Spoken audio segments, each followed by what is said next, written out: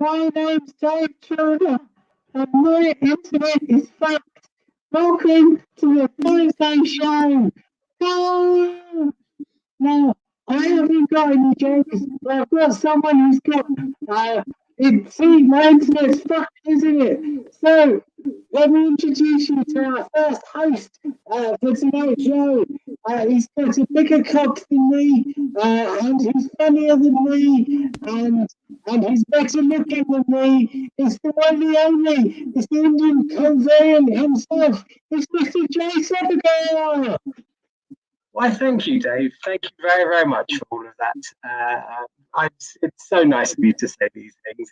As you can see, Dave's internet is completely screwed. But welcome. There you go. He now looks like a wrestler. Well done. Welcome, ladies and gentlemen, to the Thursday show. My name is Jay Sodagar. I am not the Indian variant, although apparently about 3,000 odd people get me every year, so this is quite nice. But let me introduce you to our other co-host, who also has a bigger dick and is funnier and is better looking than Dave Chawner. Please go wild, go crazy, and give it up for the one, the only Mr. Vladimir McTavish. Good evening, Dave. That way. There you go. He's upside down there. Yeah. Hi, Jay. How you doing? It's good to see Dave getting a proper internet connection for the first time in 6 months. It's the slickest he's ever been. It's the slickest he's ever been. And probably the funniest. I know who writes his jokes. I know who writes me. It's me. Right. So how are you? You had the test, didn't you? Yes. And I was negative. Apparently, I have just a cold. The worst thing is over the course of an entire year of a pandemic, I've been washing my hands, doing all this stuff. See, there you go. The best introduction you've ever had from Christy there. There she is. Yes, Christy, watching from Melbourne. And because Dave's not on the show this week, we won't make that really lame old joke about Derbyshire. I didn't write that joke. Good morning, Christy. It's always a joy to hear from you. So yeah. So you negative. Good. I had the test. Over a year and a half. I've managed to avoid COVID-19, but now I can't handle a cold. I don't even know how to handle a cold. For the last week, I've now literally just been having man flu. My wife's been just like, oh, let's just make sure it's not COVID. It's not COVID. Grow a pair and just get on with life, will you? And then so yes, so I am the typical man so far. I have come back to my senses. We're no longer this kind of like, oh, you might have COVID. I am now just that lazy guy who just cannot handle the cold. But you will get guys who have man COVID. That's the next thing, isn't it, man? I got COVID. Fucking cool. How have you been, Vlad? I've been good. I went to the pub last night indoors because I've been to the pub a couple of times before and it freezed my bollocks off, which was actually quite nice. Being inside, nice warm pub. Bloody necessary because Christ, I don't know what the weather's down your way, but it's absolutely Baltic up in Scotland right now. Horizontal rain, freezing cold, just me. Yeah, that's what it is. We had hailstones. And like both my daughters, when I was picking them up from school, sat and I thought, "Oh, is it snowing?" No, this is the shit snow. This is the bit that isn't snow. It's just blocks of ice just falling down. But yeah, you must be used to that by now in Scotland. Stuck in Scotland for 14 months. I'm fucking used to it. 14 months of the same season with longer daylight hours. And that's the thing now. You know, it's like till nearly 10. You can actually see how shit the weather is. The good news is the results. The infection rates seem to be coming down. We've got little pockets here and there, but I don't know if you've noticed this over the last year or so. Is how obsessed we've become with the numbers. You know, in the news they have the latest statistics. It's almost like kind of 5 o'clock on a Saturday afternoon. It's like football results. You almost expect, and here's today's COVID statistics. The Health Secretary's press briefing will follow after this news broadcast, so if you don't want to know the results, look away now. Yeah, we've had a couple of surgeries, and one in the south side of Glasgow with the Indian variant, and another in Murray, which is up in the kind of Highlands.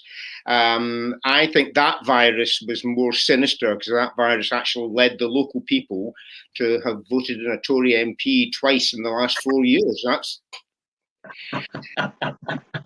the guy is now leader of the Scottish Conservative Party. Yes, that is an actual thing, believe it or not. He's an odious man called Douglas Ross. I mentioned him 2 weeks ago. He's the guy who, when he was questioned about what he'd do if he was elected First Minister, he said on his first day in the job, he'd bring in tougher enforcement for gypsy travellers. Gypsy travellers is what he called them. You think, for fuck's sake. Ethnic cleansing on day one in the job. You think, what the hell? What was his long-term plan going to be? Well, thankfully, we'll never find out. Because this guy, he's not just leader of the Scottish Tory Party, he's probably the most unpopular guy in the country because he's actually got another job as a football referee. The most unpopular person ever. And yeah, he's fucking reputed to be like a lot of referees in Scotland, comes out with dodgy decisions on that usually favour Rangers. I say that totally unbiased because I'm a Celtic fan. But, no, there's been a surge in Glasgow because of the behaviour of Rangers fans. Congregating together in huge groups because they can't get in the ground, and that's led to a huge surge in COVID cases. Whereas Celtic fans, much more responsibly, set fire to the chief executive's house last night. You did. You can see why I moved to Edinburgh. Actually, that's not the reason I moved to Edinburgh. I moved here because of my wife. She's still in Glasgow, so that's kind of working out all right. Okay. Yes, the old ones are the best, and it was her birthday yesterday. Oh. But yeah, I think talking about how shit the weather is, it does make you want to go on holiday, doesn't it? And the good news is that pretty soon, right now, UK passport holders can go to any country they choose, as long as they choose Portugal. Because the green list of countries, I think Portugal is the only one that lets British people in. Portugal and Brunei. Like Australia, New Zealand, Singapore just won't let in British people, but no. So if you're planning a holiday, go to Brunei. I'm looking forward to the Brunei variant. I think the problem with it, I don't know about you, Jay, but I think the problem with why people don't understand where they can go is it's based on traffic lights. So you get green countries, amber countries, and red countries. And so the government are amazed that people don't understand what to do with an amber country. I could just got a set of bloody traffic lights. We see the general public don't understand what amber means, for fuck's sake. How often have you seen people go through amber lights? And yeah, I've done it. Yeah, I've done it. But then I've got 9 points on my driving license. So.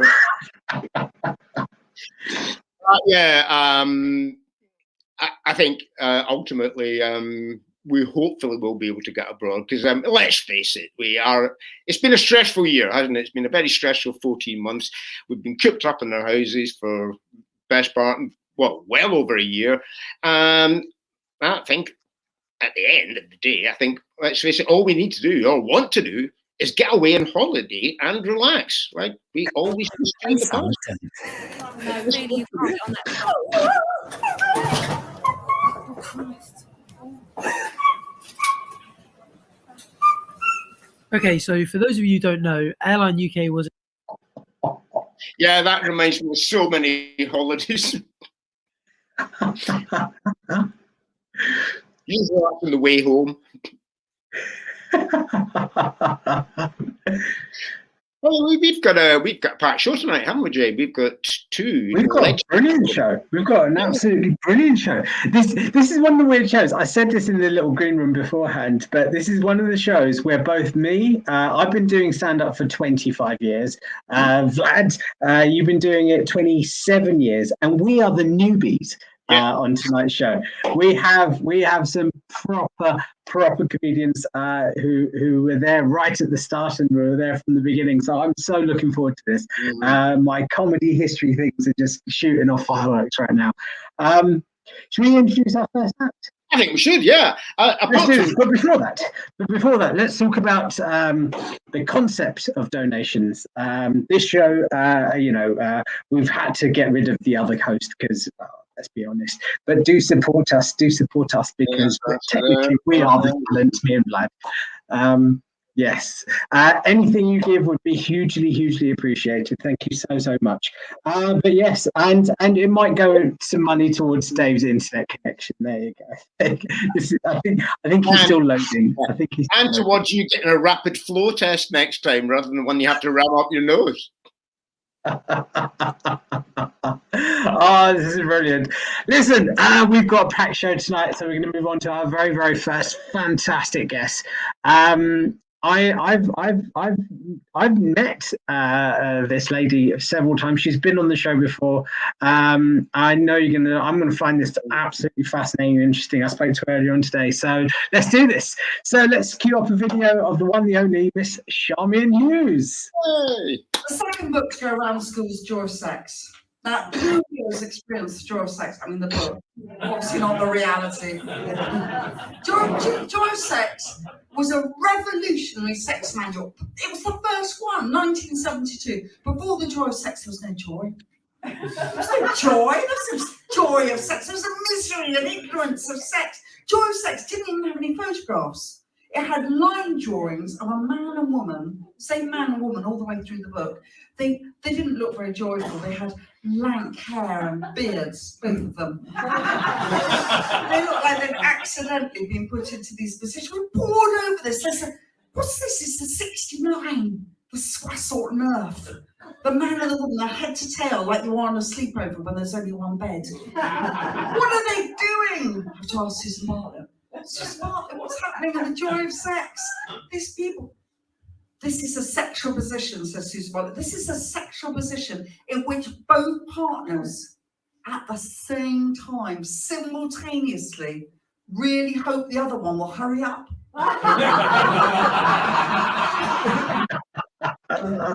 Oh, this gives me great pleasure.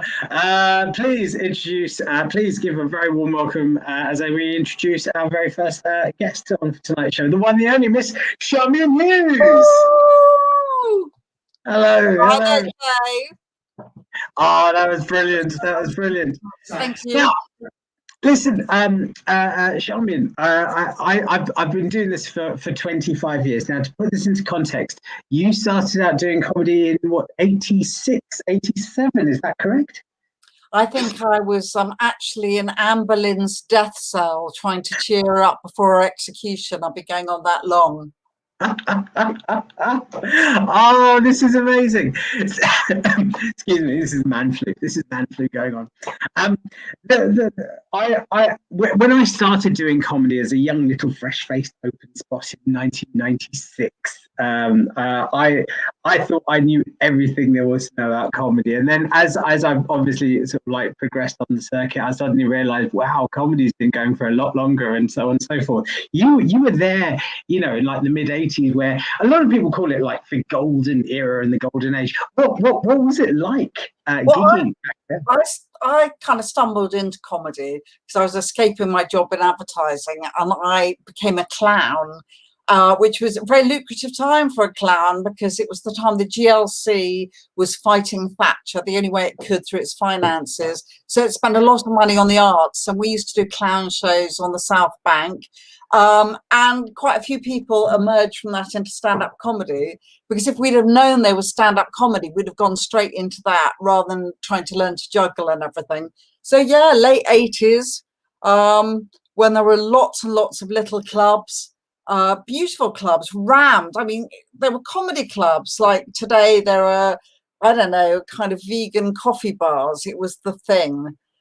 They were very popular, and then they all got turned into restaurants by greedy pubs in the noughties. So tragedy.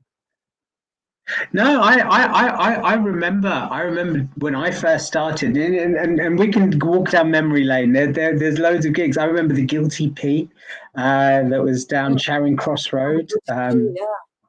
Yes, I remember the Little Soup Cafe, which was, I think it was the world's smallest comedy club, which is literally Bungees. That's it. The first time I met you was, in fact, at downstairs at the King's Head. I think it was. I think you were emceeing the night I was doing an open spot on a Thursday and stuff. But I'm still, well, except for COVID, that's the place I MC the most. It's a lovely club. It's a lovely club, and I cannot wait for that gig to open up again. But how have you found audiences have changed? I've noticed audiences have changed just in the last 25 years. How have you noticed? I've noticed that audiences have become a lot more professional. They're much funnier. I think they're more sophisticated, and at the same time, they're more unsophisticated. I think that audiences in the old days, they kind of stumbled into comedy. It was like they'd been stumbling into punk 10 years beforehand, and they wanted to join in and cross boundaries, have a go, shout, join in. And now audiences, they pay more money to go and see comedy, so they have greater expectations, and they behave better. So it's a different kind of pressure. And comedy is like a really cool thing to go and see, but it's like quite a pricey thing to go and see. It's that live at the Apollo and stuff like that has changed it, because that's what people want. No, absolutely. That's what they get. Yeah, no, absolutely. I remember. I'm talking about late 90s. I did the Sunday nights at Up the Creek with Malcolm, and I'll regale you a story of this, because everybody had told me that it was like the roughest gig on the circuit. Apparently, the Tunnel Club beforehand was rougher, but I had no idea. So what normally happens is Up the Creek, they had like a pro act on opening the show. Then in the middle section would be all the new acts, and then they'll close out with a headliner. So they opened up with Adam Bloom, and I turned up expecting that it's just going to be a heckle fest. The audience were lovely for Adam Bloom. They were absolutely lovely. And then Malcolm went on in start of the middle section, and all he did is he went on stage, just packed room, about 300 people in this room, walked on stage, pulls out a little bell and goes, "It's dinner time," rings it, 300 people go, "Wah!" like this, and then literally they go, "And your first act," "Oh, I wrote there, it's Jay Sodagar," booed on stage before it was. What was doing open spots way back then? Because you must have done open spots at the store and Tunnel Club and all those. What was it like then? Well, the first time I did the Tunnel Club, I did an open spot. I was a total innocent, and I'd come from my clowning experience where you connected with the audience, you made eye contact, and it worked. Actually, I had a fantastic first open spot at the Tunnel, and I stormed, and then he immediately gave me a book, and that's what happened. Nowadays, you have to do loads and loads of open spots. Then I did 5 minutes. I was given like a 60 quid booking, which was a lot of money for like 2 weeks' time. And then it became really tricky. I had good ones. I had ones where I was booed off. Then they weren't allowed to boo people off anymore. So I was hummed off. I was once hummed off, then hummed back on again. And I died a horrible death on stage. Malcolm, the notorious compere, said, "Oh, that's charming. She died a horrible death." She goes out with Dave Thompson. He was on last week. He died a horrible death. And the audience shouted out, "For fuck's sake, don't let them have children." They were a very witty audience. The audience, I mean, you were there for the audience. They were very, very clever, very funny. I could talk about the history of all of this. I'm fascinated by it. I think every comic throughout, everyone says there's a golden era. I think when you start making a living out of comedy, and it's an addictive job, you enjoy doing it and so on.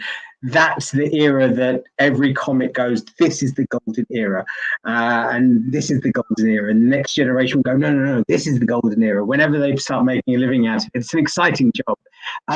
Speaking of an exciting job, I love you for this. You're doing the Brighton Fringe this year, and tell me a bit about it. You told me a little bit about it. I'm fascinated. I want everyone to hear. What's this show?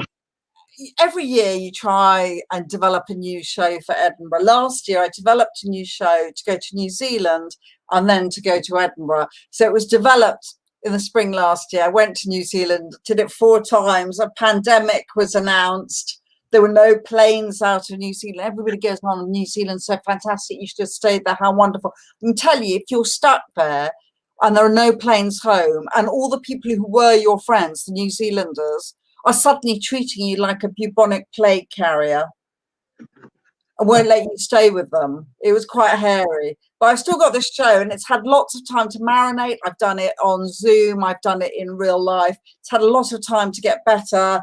And it's called She, Immortal Horror Queen's Guide to Love.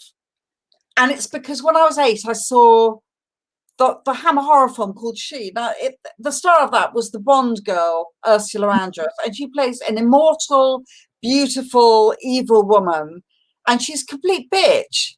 And everybody falls in love with her and lets her be a complete bitch. And I always thought it was very unfair. But as I grew older, having seen that film, the age of 8, I decided to be an obsessive, deranged bitch as well. And that's what obsessive about the past, hanging on to memories. And that's what the show is about, really. It's about it's about obsession, revenge, but it's also about my sister who hasn't spoken to me for 18 months since my last show, because she was always the child star in my family. And so I did a joke on stage. The only time she's ever come to see me, where I said, my sister went to the famous stage school you've all heard of, the Conservatoire de Ballet de les Enfants de les Parents Optimistiques. I'm surrounded by photographs of family members who no longer speak to me. So that's my show. And it's in the Brighton Fringe, and it's really my first, that is going to be the first shows I'm doing. I'm doing some comedy teaching at the moment. I've got quite a lot of that. But I haven't got that many gigs until Brighton. And then I'm literally jumping in to that cold, freezing water of comedy without going through any kind of hot shower first. And it'd be brilliant if people came to see me. Oh no, I can't wait. I genuinely can't wait. We're going to see you there, my Jay. You're going to be there. I will be there. Don't you dare put a picture of me on your mantelpiece. I don't talk to him again either. I asked this for all the guests and stuff. Look, we've gone through a time like no other in comedy with this pandemic. Literally, comedy was shut down. It was almost cancelled. Now we're kind of coming through to the other end. What do you see how the comedy industry will be in the future? I think that's such an interesting question, because I don't really know. At the moment, what I see is comedians hungry to perform, because we are all psychopaths, desperate narcissists. We need the lifeblood of people's laughter, and that's across the board. So people who do telly, who normally warm up a bit here and a bit there, they are willing to do any gig. So when some tiny club says, I need 3 performers for tonight, it's 10 quid expenses, you've got TV stars lining up to do that. So the rest of us who are not yet TV stars, because I say you never know, people's future. You never know. It is like scrabbling for whatever's going, and I hope it will calm down eventually and get into a more normal rhythm.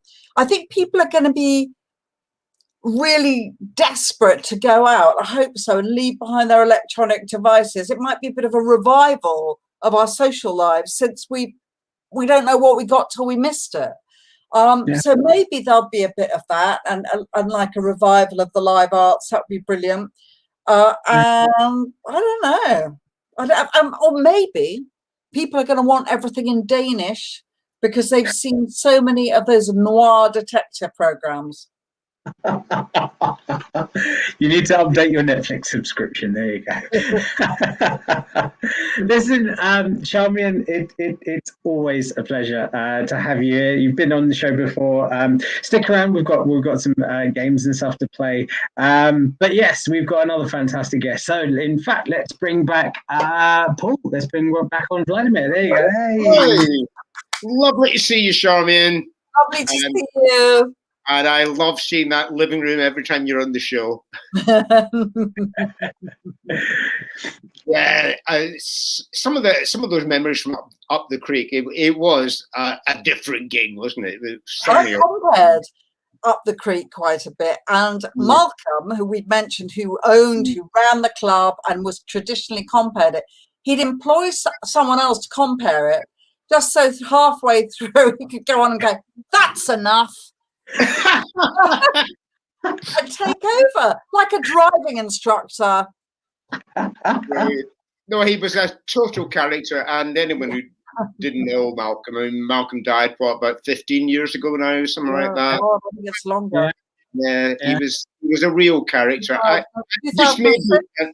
Maybe an apocryphal story, but apparently after Malcolm died, his brother was in his house going through his papers, just to go to solicitors and they can work his will out, and God knows what Malcolm's paperwork was like. And the landline rang, and so Malcolm's brother answered it, and there was this voice at the other end saying, "Is that Mr. Hardy?" And Malcolm's brother obviously, "Yeah, it is. Yeah, it is." Mr. Hardy, we want to know what you intend doing about this outstanding tax bill. It's HM Revenue and Customs here. We would like to know what you intend doing about this outstanding tax bill. And Malcolm's brother apparently said, "Well, no, it's not me. My brother, Malcolm Hardy, he unfortunately passed away. I'm his brother." And legend has it, the voice on the other end said, "Mr. Hardy, you told us exactly the same story this time last year." And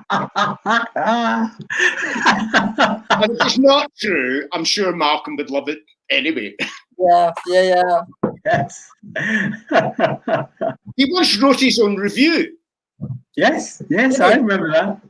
Yeah, he wrote his own review for the Scotsman. He was hardly get anybody in, and that was in the days before the internet. You know, when journalists used to actually print their copy off and drop it off at the Scotsman offices.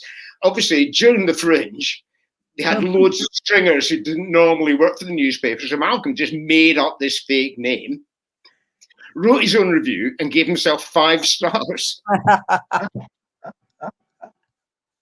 Brilliant.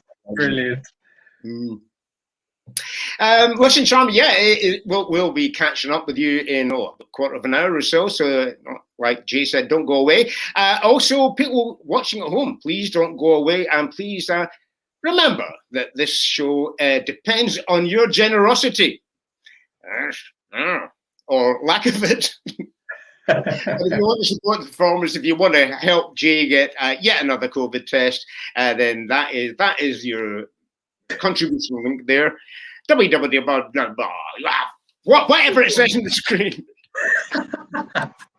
We are going to move swiftly on with another old friend of all three of us here, and he's someone who has been around for a long, long time. He's a phenomenal comedian.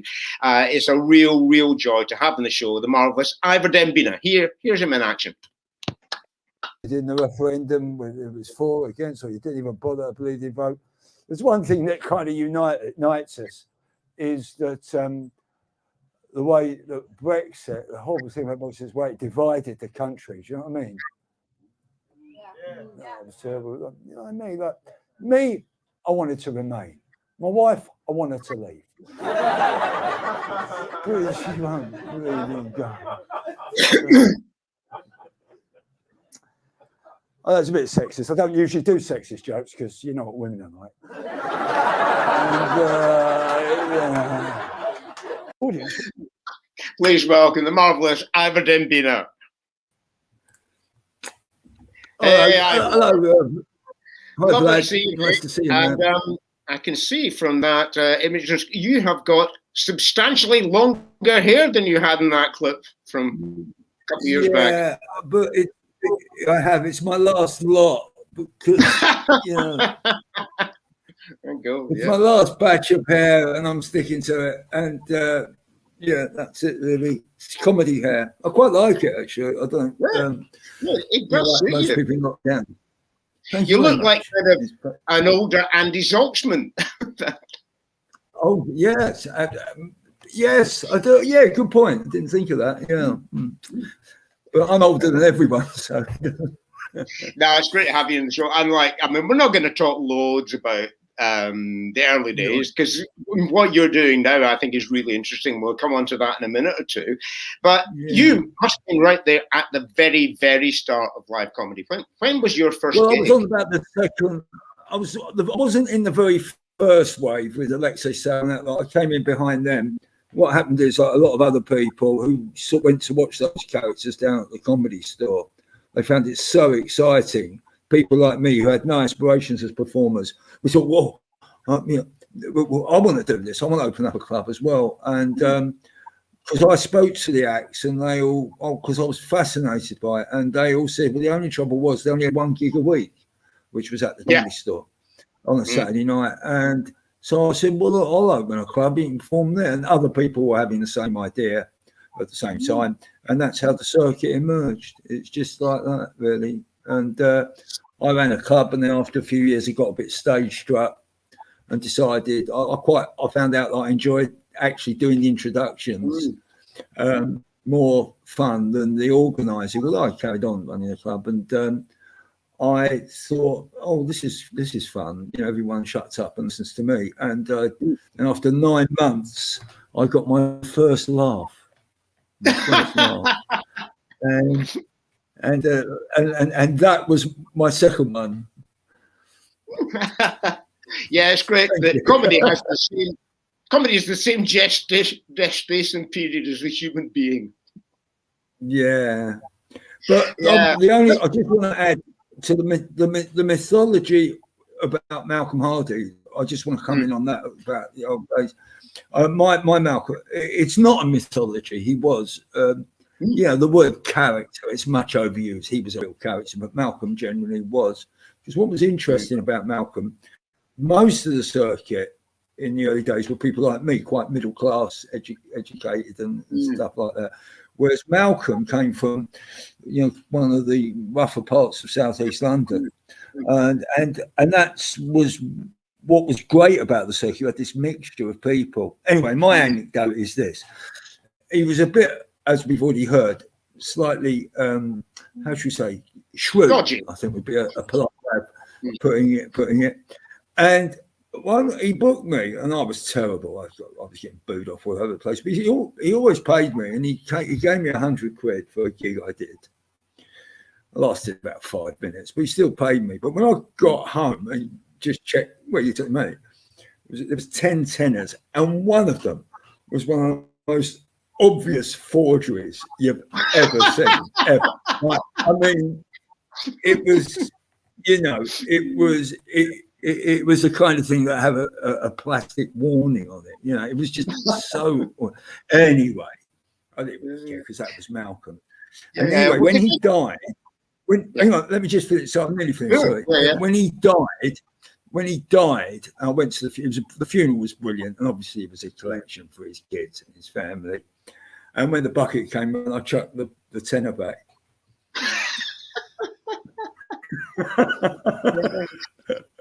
The thing about Malcolm was he wasn't just he was a character, but he loved character. So he was. Yeah, he was very well liked. Yeah. No, but he loved those kind of out there comic characters as well. So, you know, I think some of the acts that Malcolm brought through into the circuit wouldn't have got gigs from anyone else. Remember Chris Luby? Yeah, Chris Luby, Jerry Sadowitz, really. That's right, yeah.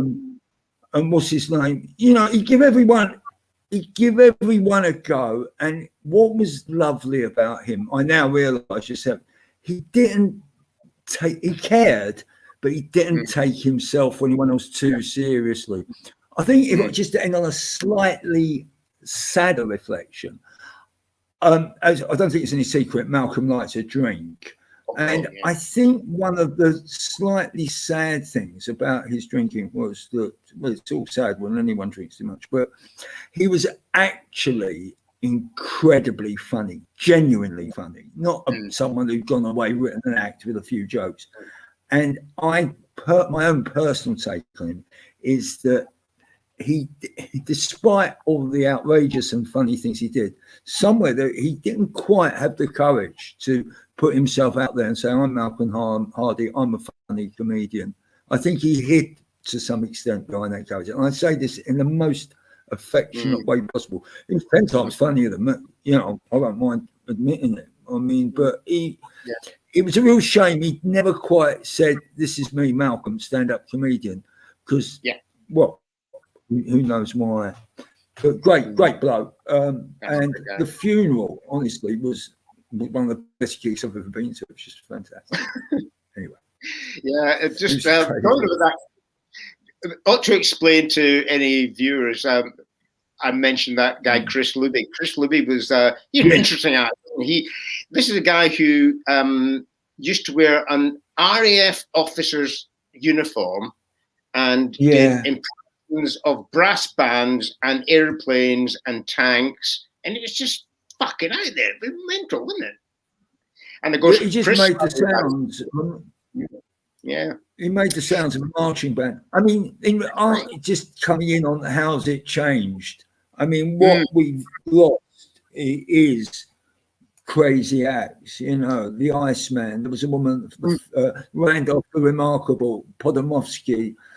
And they added such texture and colour to a comic. Now you go along, and you know you see some good people, but it's all a bit samey, really. You know, and anyone who's got like interesting, like that guy, voice guy. What's his name? No voice. The guy with no voice. What's his name? Lost voice guy. Lost voice guy. Yeah, I mean, you know, he really, and he's good, and he really stands out because he's just so different, and that isn't to take anything away from what he has to offer. It's a bit over dominated by just stand-ups, really. But that's kind of what happened. Yeah, because now I hadn't realised that you actually started your gig before you started stand-up. And is that this? I know you've moved venue, but is that the same gig you're still running now in Hampstead? Over the years, I've run a number of clubs. The two most successful ones, or well-known ones, if you like, were in the early days that we've been referring to, a club called the Red Rose, which was in North London. Of course, you're under the Red Rose. Yeah, which was just fantastic. I mean, it was incredible. You just sort of, you didn't even advertise. You just sort of open the doors on a Saturday night and 200 people just walk in. You know, there was none of this sort of having to promote yourself. You know, you have a little listing in Time Out or somewhere. It was just incredible. And then a little bit later on, that had its life. I ran a couple of other clubs, one of which still exists, called the Hampstead Comedy Club, which now operates out of Camden Town. Where I'm going to put in a plug that we're reopening on Saturday. It's just great. Really? It's the it's the quintessential room above a pub, 60-seater. You know, 3 acts, 4 acts. Get them on, get them off. 10 quid. Here's fun. You know, I mean, it's great, and I'm not saying it because it's my club. It just is. And I also ran a pretty good club called the Brixton Comedy Club for a number of years with Alex, who who helps promote this, what you're doing here. I've been, I've always been at on the bottom rungs of the so-called ladder, but I'm quite happy around there. Yeah, it's good fun. I've had a great time. Yeah, and I think all four of us are always still that bottom rung, and it's a nice place to be. It's better than not being on the ladder. What I'm really fascinated about is what you have done to reinvent yourself during the pandemic. I think it was one of the most amazing comic ideas I've heard for a long, long time. Yeah. Well, reinvention suggests that I did it deliberately, and I didn't. It's just what happened. When lockdown came in, a local, I live in Waterloo, a local author was writing a collection of short stories. He came up to me, "Steve, will you write a short story in my book?" I think, all right, I'll try and think of something. I came up with this idea of this comedian who's down on his luck, who just goes around the streets asking people for money if he'll tell them a joke. That was basically it. So I began to frame this story, and it got quite. I was thinking, what could happen in the story about the character? Blah blah blah blah blah. And I thought, why not bloody story? Why not just go out and do it myself? This is not done. So I came up with this. I'm going to show it to you. This board. I don't know if you can see it. Yeah.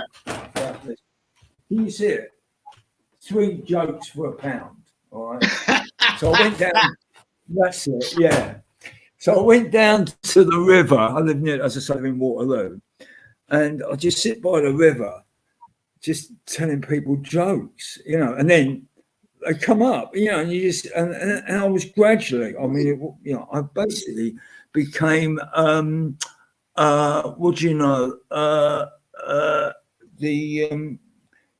just began to learn how to street perform.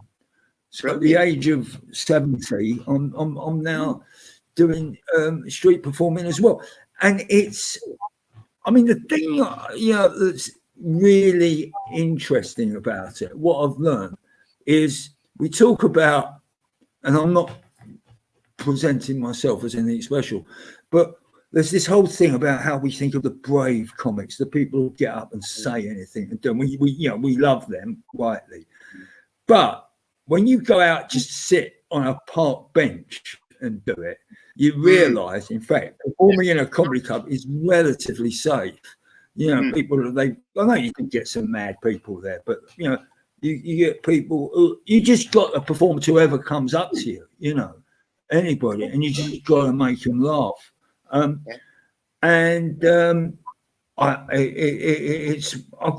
mind who cares what anyone thinks. It's the most fantastically educative comedy experience I've had, and I've had a few. I've suffered at places like the Tunnel. I've done boring shows. I've had ups and downs and all the rest of it, but nothing's taught me more about connecting with strangers than doing that. Sorry about the lecture. And are you still doing it? Yeah, well, in a way, it's a bit addictive. That's the hang up. Because I'm very fortunate where I live. As I said, I live right in the heart of the city by the river, and I can, I'm literally 2 minutes walk away. So I just go down there, do it when I feel like it. I went down there this afternoon. Today afternoon, no one interested, just no one. Last night, people were coming up to me all the time. And trying to figure out why that happens is just is an education in itself. I recommend it. Anybody, do it. Oh, I'll give it a go. Your story, your original story that was going to be the short story, reminds me of a guy. I was a student in Newcastle and stayed for years after, and that's where I started doing stand-up. And there used to be this old guy, George, who lived in the Salvation Army. He's a homeless guy. And he would go around the pubs on the quayside and he played the mouth organ and he'd tell a joke and you bought him a pint. That was how George got his beer money. Brilliant. And he'd just come up and people would know him and say, "Oh, George." And he was a massive, big, tall guy in this old army surplus greatcoat. And it was always the same jokes every time, these old one-liners. And he said, you know what? I went to the dentist the other day. Had all my teeth taken out. Never again. Brilliant. Okay. I mean, and those You can have jokes. Someone told me this joke that the customers or the people, they just tell you these lovely little jokes. What was the one? Someone, funny enough, a pal in the chat called Liam Greenjacket, met him as well. He says, "You won, Liam. Can you write in the chat? You say you won the intellectual property rights to one of my jokes upon my death. What was the joke? Can you remember? Can you remember what if you remember? If you can, Liam, if you're hearing this, just stick it in, and I'll mention it. People in the someone told me this joke. They said, I presume it's an old joke, but they said, I'll try it on you. What is blue and smells like pink paint? Blue paint.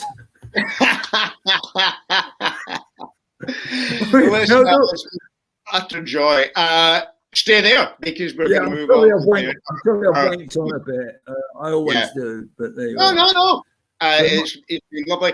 Hampstead on Saturday. Who have you got in the bill? Trevor Locke is on, who I think is very funny. There's Steve Allen, who's a good satirist. And we've got a couple of newer acts. That's what I usually do. I have two kind of established acts and a couple of people. They all get paid. But the more established, hang on, he goes, Liam's just reminded me of the joke. Can't remember the exact wording, but it's a bit like, yeah. Liam, the joke, I have your book at my dad's house, you wrote it in that. Here's the joke. I'm Jewish, and I was brought up in North London. And my parents, they were Jewish refugees from South London. And I'd forgotten, Liam, but that joke is yours when I die, which is quite frequently in comedy. So, thanks a lot, Ivor. We're going to move on and bring the other two back, but thanks again. And I do. Brilliant. Nice to be here. Hi, Charmian. Hi there, Ivor. I love your brave. So brave doing this. I love your reference to Anne Boleyn with doing your first gig. Did she laugh her head off? Very good. Always working.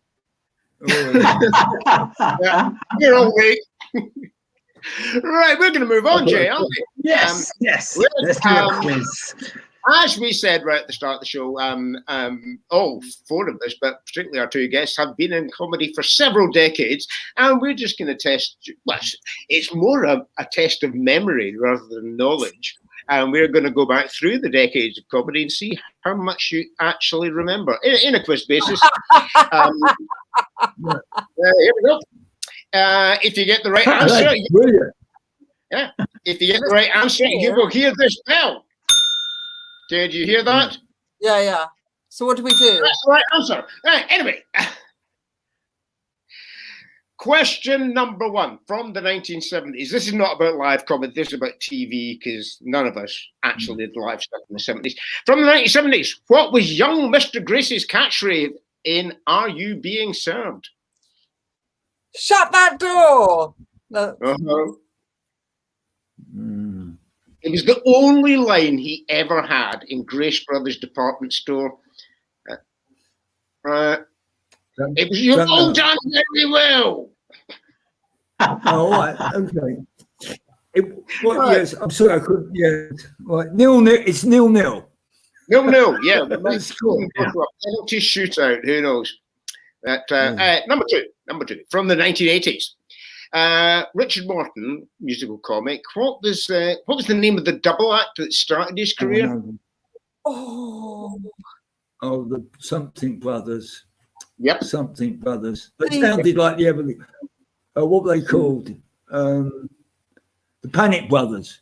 That is good. Absolutely right, Ivor. Yes. Oh, Panic Brothers. That's right. Wonder how to the other Panic 1-0. Brothers. who was the No. other brother? 1-0. I think he gave up. I think it was a bit like Skint Video, that Steve Gribben carried Robert on his own. And I Robert Bishop. think the that's other right, fella yeah. just wanted the other fella Hmm. wanted to just do straight music. He Right. didn't really want to do the comedy bit. Hmm. So that I don't think he was keen. That was it. I think that's the story. I think. Okay. Anyway, number 3. What was the real name of perennial open spot who was nicknamed Linda Tryout? Linda Trellis. Linda Travis. Trayers. Linda Trayers. That's absolutely right. Yes. Linda Trayers. Yes. Trayers. Didn't I say that? Yeah. I think it's Yeah, you can have that. Right, No, no. 1-0. Everything to play for. Question number 4. Well, Which comedian, northern comedian, used to have this line, I come from York, so shit they named it once. Postcode is YOYOY.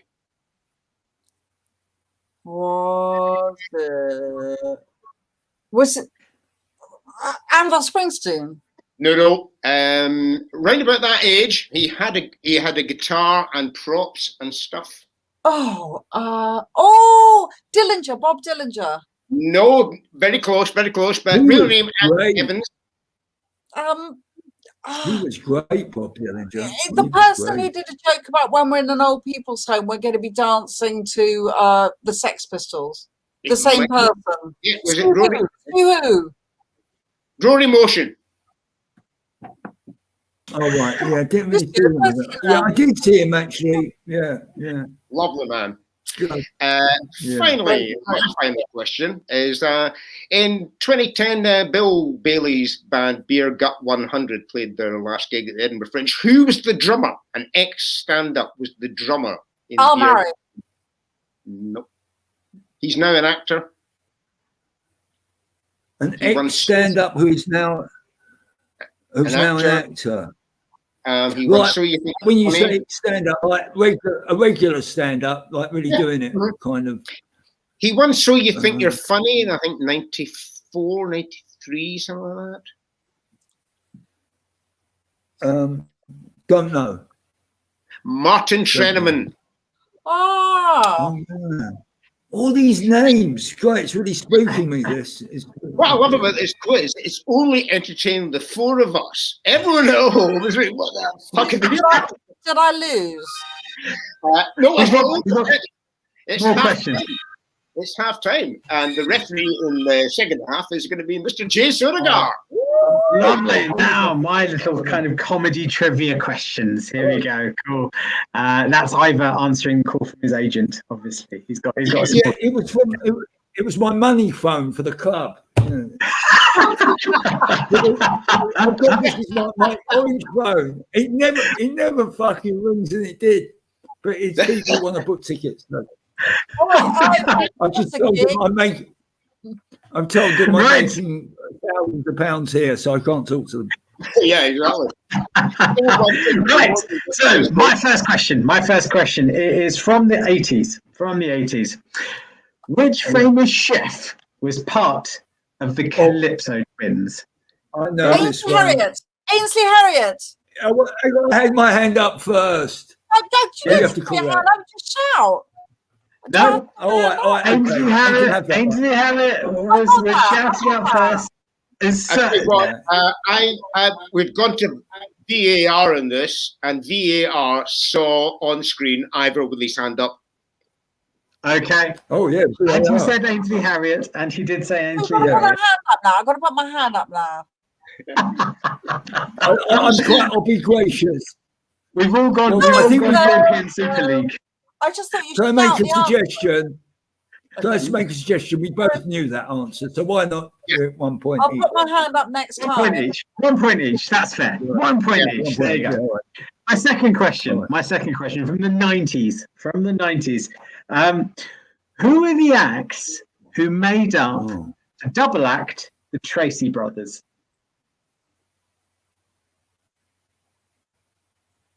I get if I've got one for half a point. Go on.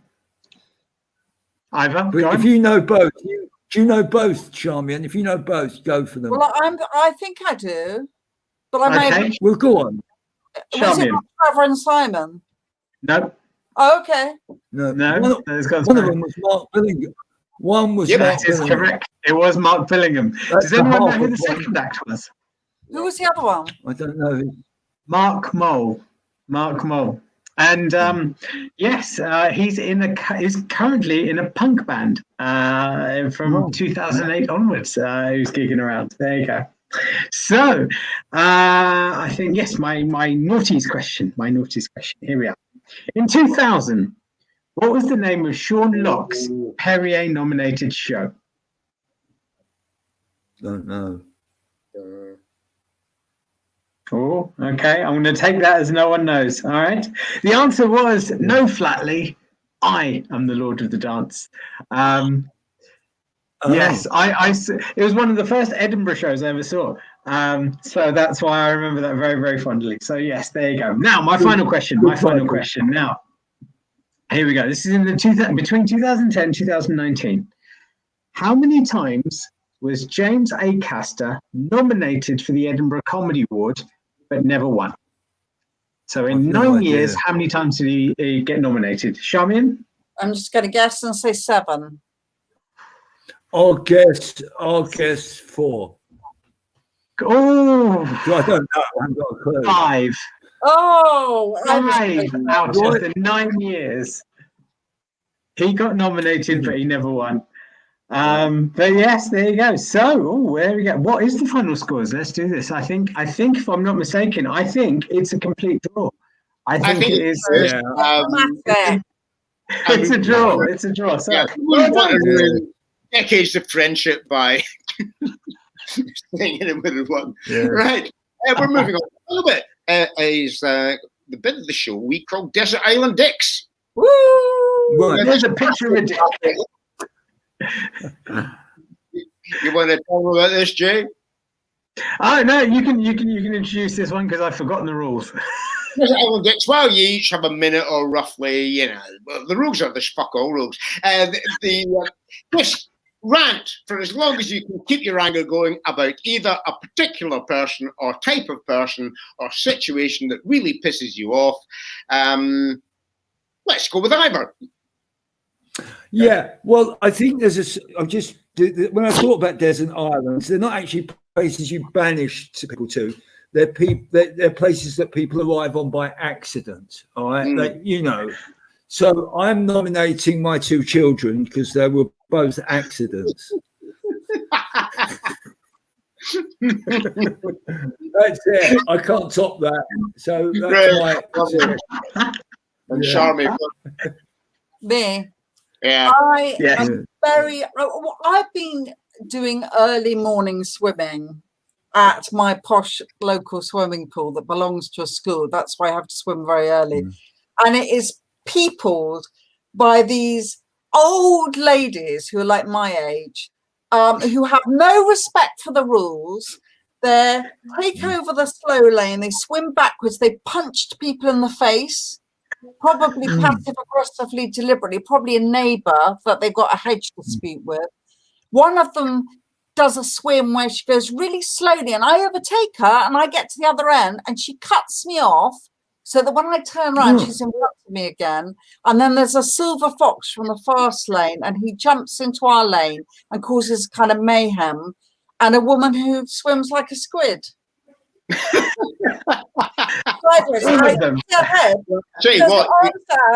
she swims like that with her legs underneath her, so I get very irate. I would send them to a desert island, but then they would be able to swim away very slowly. Slowly. Well, I'll tell you what. Which one are we going for as a winner? If my wife had the casting vote, birthday girl from yesterday, it would be Charmian, because Christine goes swimming every morning in our local pool and comes back with stories that are pretty much exactly what you've just said. So it's across the board, everywhere. Yeah. Then in which case, you know what? In terms of fairness, I have 2 kids. I love them dearly, but a few weeks on a desert island and go miss, so I'm going to go for Ivor. So it's a draw. It's a draw. Hey! Well done, Sean. Yeah, Brilliant. We've reached the part of the show which is shameless plugging what you're doing. We've done it already, but one final time. Ivor, I'm guessing you want to plug Hampstead on Saturday night and 3 jokes. Yeah, well, I'm going to plug it and boast because it's our first week back, and I'm delighted to report both shows are sold out. So that's a boast, a promotional boast. And it's another promotional boast is that the following week, the 8 o'clock show is already sold out.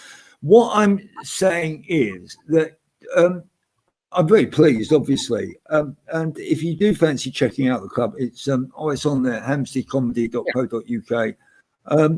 Come down. It's it's good. That's the best thing. The other thing is I'm going to make a very brief appearance at one of the guest shows at the Brighton Fringe. I think it's called the Brighton. Yeah, I'm just going to pop in and do an open spot on next Thursday, I think, for Alex. And if the weather's any good, I'm going to take my board down. I'm going to do my first ever. I thought you meant surfboard. I'm going to do my first ever out of town 3 jokes for £1. So that'll be. So have a bit of fun. Any of you lot going to be down there next Thursday? Any of you? A few days later. I'm not. I'm down June 25th, I believe. I'm down June 25th. Oh, that's much later. What about you, Vlad? You going down there? I'm down 25th, 26th, and 27th of June doing my solo show from the 2019 Edinburgh Fringe, updated to 2021, about how the world is shit. And of course, it's got much shitter in the 2 years since I wrote the show. I'm doing that at the Carolina Block. And Charmian, you. Yep, I'm doing my show on the 11th, 12th, 13th of June at Brighton Fringe, which is called She, Immortal Horror Queen's Guide to Love, about how at the age of 8 I saw the film She, which then gave me my current values of revenge, obsession, jealousy. But I'm going to be publicising that on the 30th of May on some outside stage. I'm going to try and do a bit of street theatre like you, to publicise my show. And I've got a special guest at my show, a special guest, all the way from the Antipodes. Doing her first 2 minutes of stand-up comedy, joining me as my special guest, the Colossal Squid.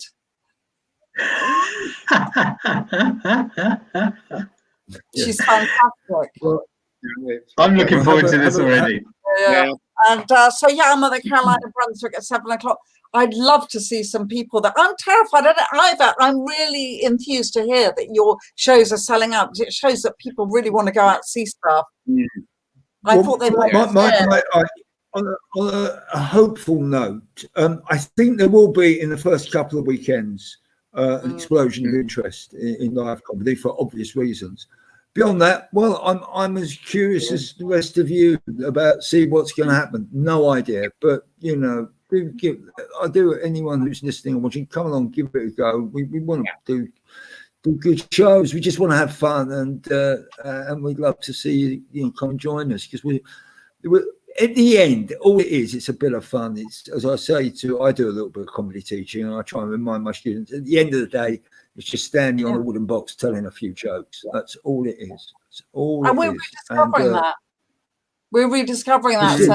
I think. Don't you think that we've missed it and we're going to get it back? Yeah. Yeah, I'm sure we will. So do try and come along if you. And my special regards. I don't know your real name, but Liam Greenjacket. Thank you for chipping in your comments. It's been lovely to hear from you. Great, guys. I don't know. You. Thanks a lot for coming in the show. People at home, don't forget and keep this show going. There is our donations line There we go, yes. PayPal.me/FreeFestOnline. It has been an absolute joy to do this show. Please show your applause in whatever way you can at home for the marvellous IVOR DEMBINA and the sensational CHARMIAN HUGHES, and also for my co-host, marvellous Jay Sodagar. And for my co-host, Mr. Vladimir McTavish. Folks. Thank you very much. Bye. Good night. Great fun.